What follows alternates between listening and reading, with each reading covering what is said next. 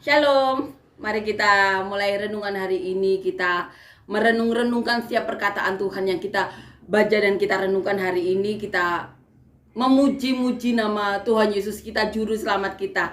Kita berdoa dan berharap selalu bahwa setiap perkataan dari Tuhan Yesus sendiri yang ditulis oleh para murid dan rasulnya ini benar-benar merasuk dalam hati, jiwa, pikiran kita, sehingga dapat bertumbuh berakar kuat ya, menjadi berkat bagi kita, keluarga kita, orang-orang sekitar kita, bahkan sampai penjuru bumi. Setiap perkataan kita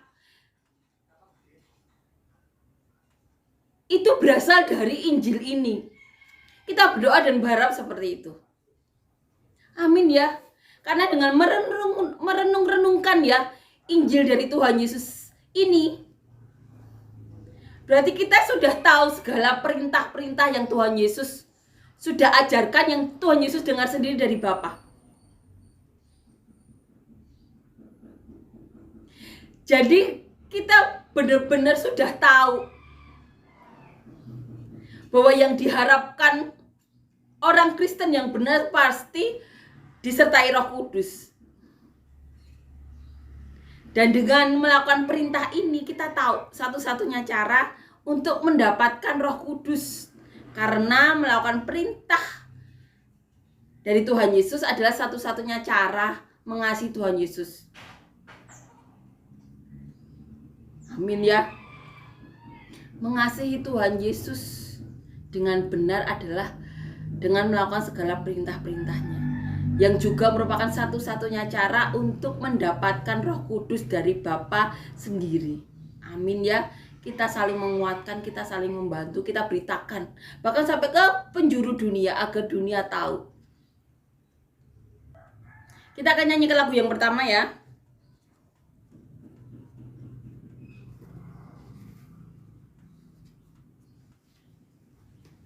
Allah Roh Kudus, penuhi kami.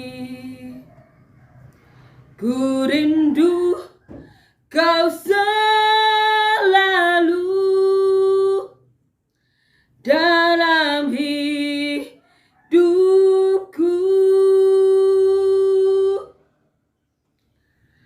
Allah Roh Kudus, ubah hatiku, jelikanku, jamahlah, ku rindu hadiratmu, ku sembah kudus, kudus, kuduslah Tuhan, dan ku sanjung kemuliaan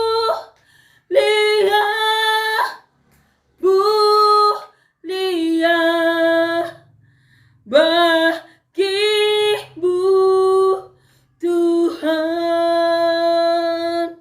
Amin ya. Amin.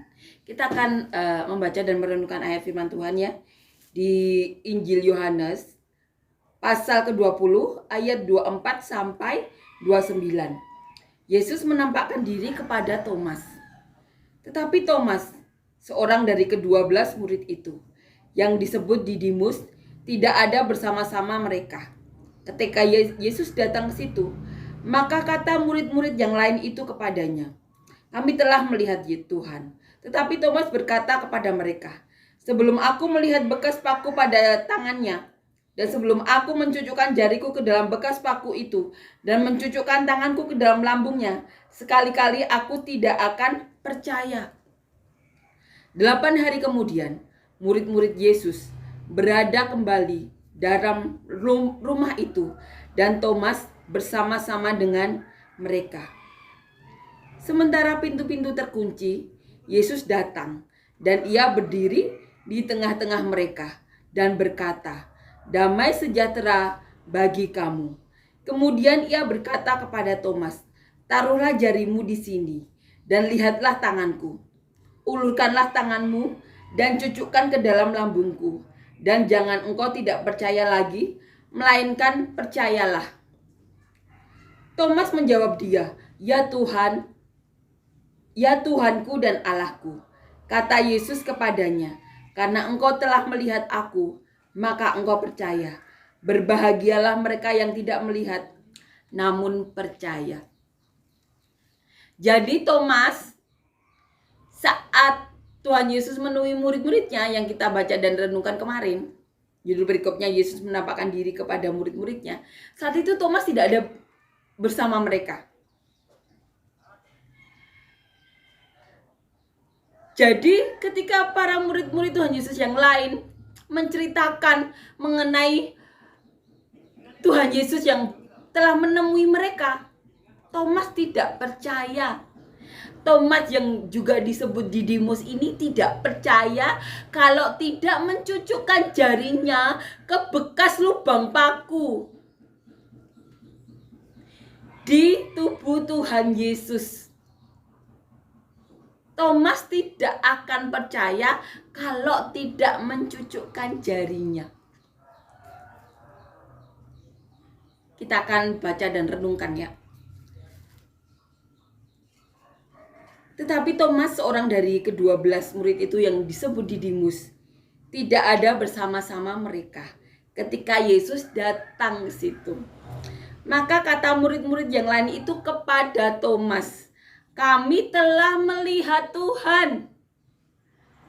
Tapi Thomas berkata, "Sebelum aku melihat bekas paku pada tangannya dan sebelum aku mencucukkan jariku ke dalam bekas paku itu, ke dalam dan mencucukkan tanganku ke dalam lambungnya, sekali-kali aku tidak akan percaya." Ini yang dikatakan Thomas kepada murid-murid Tuhan Yesus. Padahal murid lainnya yang jumlahnya lebih banyak itu saksinya. Tapi satu orang ini, Thomas, tetap tidak mau percaya. Nah, 8 hari kemudian, saat murid-murid Tuhan Yesus ada di dalam ruangan, mengunci pintu, Tuhan Yesus hadir di tengah mereka. Di sini tertulis, 8 hari kemudian, murid-murid Yesus berada kembali dalam rumah itu dan Thomas bersama-sama dengan mereka. Sementara pintu-pintu terkunci, Yesus datang dan ia berdiri di tengah-tengah mereka dan berkata, "Damai sejahtera bagi kamu." Itu dikatakan Tuhan Yesus. Kemudian Tuhan Yesus berkata kepada Thomas, "Taruhlah jarimu di sini dan lihatlah tanganku. Ulurkanlah tanganmu dan cucukkan ke dalam lambungku. Dan jangan engkau tidak percaya lagi, melainkan percayalah." Itu yang dikatakan Tuhan Yesus kepada Thomas. "Lihatlah, cucukkanlah jarimu ke dalam lambungku. Lihatlah, taruhlah jarimu di sini dan lihatlah tanganku. Dan jangan engkau tidak percaya lagi, melainkan percayalah." Itu perkataan Tuhan Yesus kepada Thomas. Dan ini jawaban Thomas, "Ya Tuhanku dan Allahku." Pengakuan dari Thomas. Setelah menyaksikan dengan mata dan kepalanya sendiri Tuhan Yesus hadir di tengah-tengah mereka. Saat itu sebelumnya Thomas ketinggalan. Dan 8 hari kemudian Thomas melihat sendiri Tuhan Yesus ada di hadapannya. Kemudian Tuhan Yesus berkata kepada Thomas, "Karena engkau telah melihat aku, maka engkau percaya." Ini yang perlu kita garis bawahi ya. Kata-kata di belakangnya. Berbahagialah mereka yang tidak melihat namun percaya. Berbahagialah yang tidak melihat namun percaya. Kita, umat yang sekarang ini, Berbahagialah kita yang tidak melihat tapi percaya. Dan akhirnya terbukti Tuhan Yesus masih berbicara salah satunya kepada saya.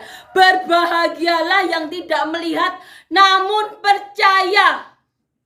Percaya saja. Itu yang dikatakan Tuhan Yesus. Percayalah. Berbahagialah yang tidak melihat namun percaya. Zaman sekarang orang itu sukanya mencobai. Banyak alasan mereka mencobai. Karena pengen tahu saja.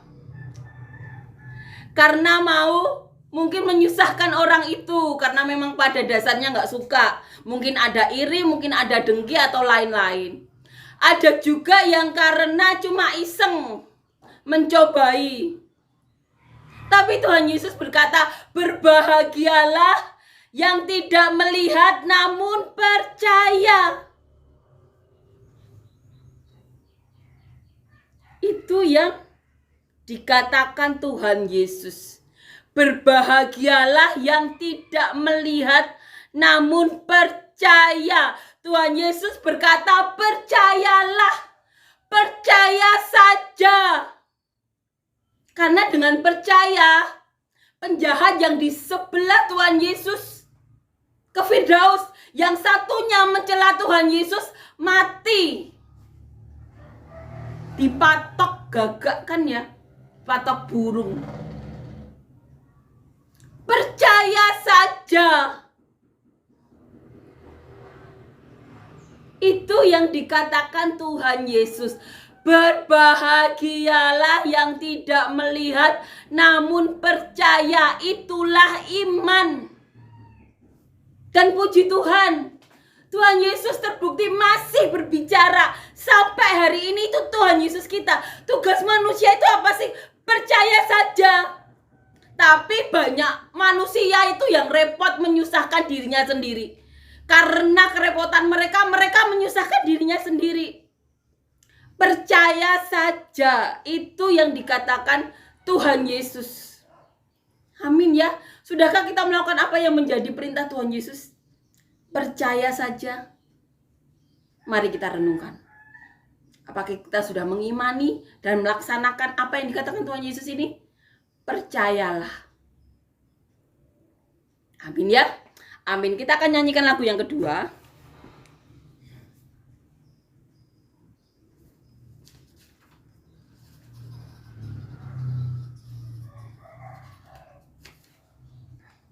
Allah itu baik, sungguh baik bagiku. Ditunjukkannya kasih setianya. Dia menyediakan yang ku perlukan, menyatakan kebaikan, menyatakan kebaikan, menyatakan kebaikannya padaku. Kasih setianya tak pernah berubah, dulu, sekarang, dan selamanya. Ajaiblah kuasa dalam namanya. Yesusku luar biasa. Amin ya. Puji Tuhan. Amin.